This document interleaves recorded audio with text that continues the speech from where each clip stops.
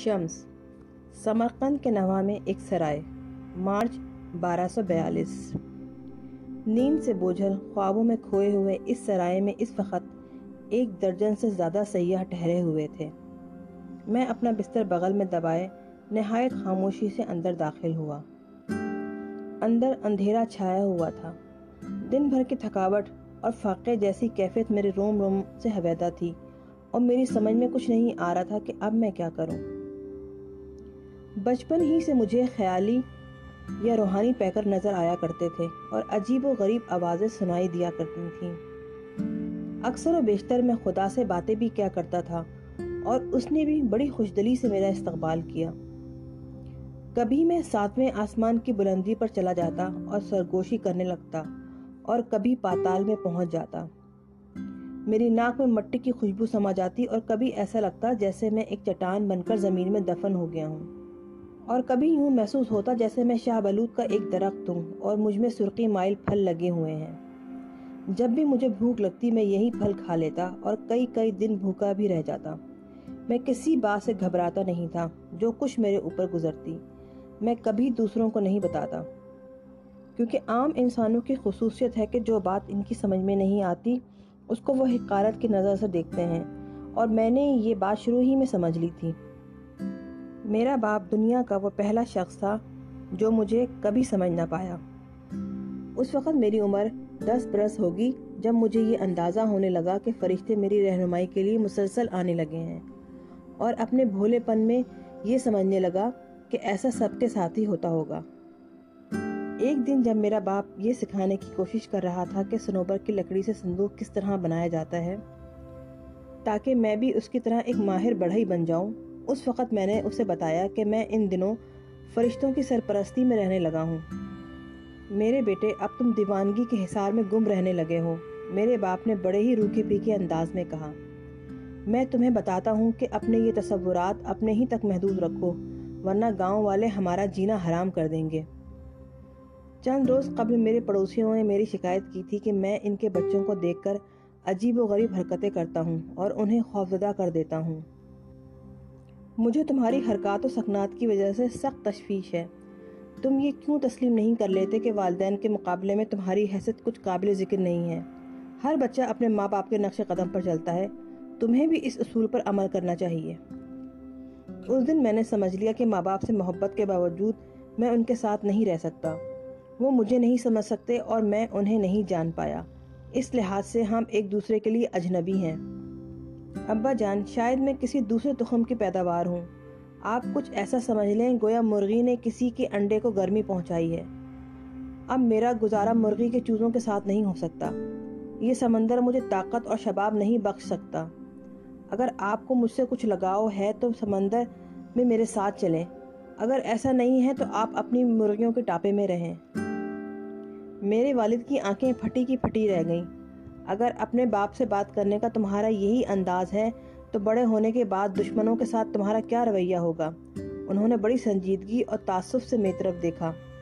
वालिदैन की परेशानी के बावजूद मेरी बसीरत में इजाफा होता चला गया, बल्कि मेरा कल्बी लगाव और रुझान उसी तरफ बढ़ता रहा। मुझे मालूम था कि मेरे वालिदैन बेहद मुस्तरिब और बेचैन हैं, और मैं दिल ही दिल में शर्मिंदा भी था। मगर सच तो यह है कि मैं नहीं जानता था कि अपनी इस बसारत को कैसे ज़ाया करूं। मैं अगर चाहता भी तो ऐसा नहीं कर सकता था। उस वक़्त से ही मुझे तबरेज़ से मोहब्बत हो गई। इतना लतीफ़ और कैफ आवर लफ्ज़, इस कदर खूबसूरत और नाजुक के ज़ुबान पर यह नाम आते ही मेरे मुंह में शीरीनी घुल जाती थी। इस जगह से मेरी कई यादें वाबस्ता हैं। नक्श चोबी, खशखाश की रोटी और नरम खस्ता बर्फ़ की खुशबू। उस दिन से मैं जगह जगह मारा मारा फिर रहा हूँ। कभी एक जगह पर दोबारा नहीं सोया, किसी मकाम पर दोबारा खाना नहीं खाया। हर रोज़ मेरे सामने दूसरे चेहरे होते थे। जब कभी भूख नाकाबिले बर्दाश्त हो जाती तो मैं ख्वाब की ताबीर बताकर कुछ रकम कमा लेता। मैं मगरिब और मशरिक़ तमाम घूमता फिरता रहता। मुझे हर तरफ बस खुदा की तलाश थी। मैंने ज़िंदगी से कई सबक हासिल किए और बेहद इल्म हासिल किया, मगर किसी एक जगह क़याम नहीं किया। मैं आज़ाद पंछी हूँ और हर जगह मेरा घर या ठिकाना है। بے شمار سفر کے دوران میں نے طرح طرح کی سڑکیں دیکھیں، عام شاہراہوں سے ہٹ کر ایسی چھوٹی چھوٹی سڑکیں جہاں کوئی راہگیر بھی شاذ و نادر ہی نظر آتا تھا۔ بہت سی سڑکیں اب متروک ہو چکی تھیں، بحر الکاہل کے ساحلوں سے لے کر ایران کے ہر شہر تک، وسطی ایشیا کے وسیع اور لغتق صحرا سے لے کر عرب کے ریگستانوں تک میں نے کونا کونا چھان مارا۔ سینکڑوں گھنے جنگل، نخلستانوں اور بیابانوں کو دیکھا، عارضی کارواں سرائے اور بورڈنگ ہاؤس بھی دیکھے، بڑے بڑے عالموں سے ملاقاتیں کی، کئی مکتبوں میں جا کر استادوں کے تعلیم دینے کے طریقے کا انداز دیکھا، تفسیر اور منطق پہ بحث کی اور مدرسوں کے طالب علموں سے بھی گفتگو رہی، مزارات کی زیارت کی، خانقاہوں اور قربان گاہوں پر جا کر دیکھا، راہبوں اور تارک الدنیا افراد سے بھی واسطہ پڑا، درویشوں کے ساتھ ذکر و تلاوت میں بھی حصہ لیا، فہمیدہ اور سنجیدہ صوفیوں کے ساتھ روزے بھی رکھے، بدعتی لوگوں کے ساتھ کھانا پینا بھی رہا، یہاں تک کہ زنخوں کے ساتھ چاندنی راتوں میں رقص بھی کیا، اور بالآخر اس نتیجے پہ پہنچا کہ ہر عقیدہ، عمر، پیشے کے تمام لوگ ایک جیسے اور قسمت اور معجزے پر یقین رکھنے والے ہوتے ہیں۔ میں نے غربت کے مارے ہوئے لوگ بھی دیکھے، ایسے لوگ بھی جن کے کھیتوں اور کھلیانوں کو جلا کر راکھ کر دیا گیا تھا، وہ شہر بھی جنہیں جنگ میں تاخت و تاراج کر دیا گیا تھا، اور وہ دریا بھی جو انسان کے خون سے لبریز ہو رہے تھے۔ میں نے انسانیت کی معراج بھی دیکھی اور کمینگی کی انتہا بھی۔ اب میں نے کسی بھی بات پر حیران ہونا چھوڑ دیا ہے۔ جب میں نے ہر قسم کے تجربات حاصل کر لیے، تب میں نے ان باتوں کی ایک فہرست مرتب کرنا شروع کر دی، جو دنیا کی کسی کتاب میں نہیں تھی اور صرف میری روح پر نقش تھی۔ اس ذاتی فہرست پر مشتمل کتاب کا نام ہے اسلام کے عارفانہ کلام کے بنیادی اصول۔ میرے لیے یہ عالمگیر، قابل اعتماد اور مستقل قوانین قدرت ہیں۔ ساتھ ہی ساتھ اس کتاب میں مذہب اور محبت کے 40 اصول یا دستور بھی مرتب کیے گئے ہیں، اور جن کی قیمت محبت اور صرف محبت ہے۔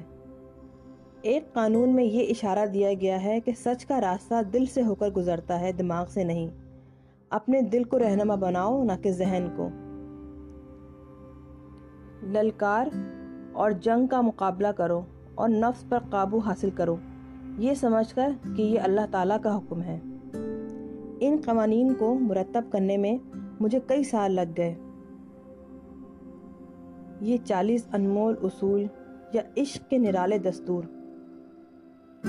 اور اب جب کہ میں نے اپنا کام مکمل کر لیا ہے تو آخری مرحلے پہ آ کر مجھے یہ احساس ہو رہا ہے کہ اس دنیا میں نے اپنے حصے کا بیشتر کام انجام دے دیا ہے۔ بعد میں بھی اس نظریے کے تحت کئی تصورات آتے رہے۔ یہ موت کا خوف نہیں تھا، کیونکہ میرے خیال میں موت زندگی کی انتہا نہیں ہے۔ میرے سینے میں کئی راز پوشیدہ ہیں اور ایسی کہانیاں ہیں جن کو سن کر دنیا والے ششدر رہ جائیں گے۔ میں اپنا تمام سرمایہ کسی اور کو منتقل کر دینا چاہتا ہوں، جو کہ میرا استاد بھی نہ ہو اور شاگرد بھی نہیں۔ میں اپنے ہی برابر کا ایک ہمسر، دوست اور ساتھی کی تلاش میں ہوں۔ یا خدا، اندھیرے کمرے میں نے سرگوشی کی۔